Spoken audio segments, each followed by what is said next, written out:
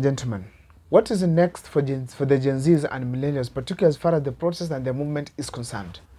Now, before I dissect on that video, if this is the first time currently watching these videos, make sure to subscribe, like, and comment, because that's the best support you can always give this channel. Now, what has been happening in the country as far as the two groups, the Gen Zs and millennials, is concerned? First of all, these people have been protesting, they started protesting against the Finance Bill 2024.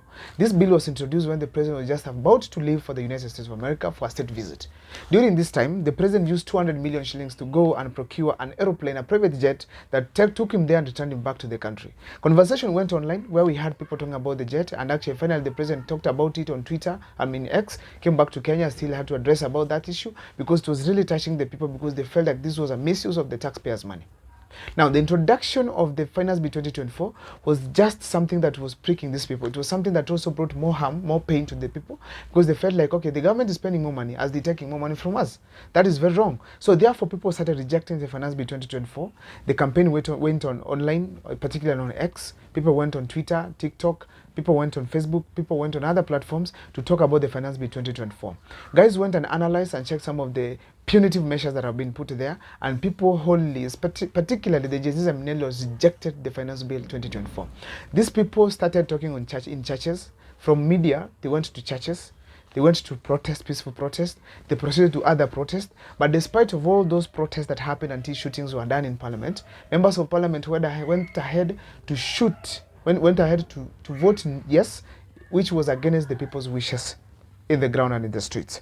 Now, next thing that happens is that the government started countering these people. We also had the government countering by someone like Kimani Ichung'wah trying to divide us in terms of clans, saying that, oh, these people are coming from the KFC, having iPhones, going to the streets, and they're brought by Uber.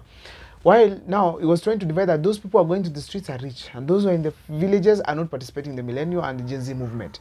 That happened, and actually later on when protests were over the country, they had to withdraw that because they felt that, okay, it is not just the people in Nairobi. This thing is going across the country, and as a result, Kimani Ichung'wah had to keep quiet.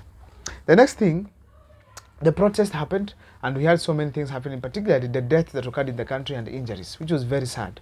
Now, going forward, the millennial also in leadership, the millennial issue, the millennial Gen Z movement in regards to the millennial and Gen Z movement, there have been a discussion about the leadership which is supposed to happen in this country. Those are the few things that have been happening right now in the country.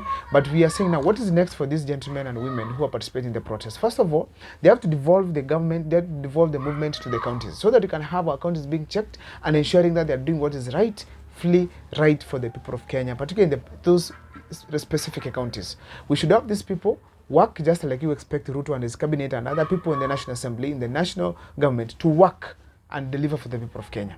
They should also now ensure that they are consistent on online, because if they allow this kind of a movement to die online, then on the ground as well it's going to die, because it started from there. Therefore, we have to be constantly keep questioning the government on how it is doing, how it is happening, because there are very few clear things that are coming out of this. First, Ruto will not resign as a president.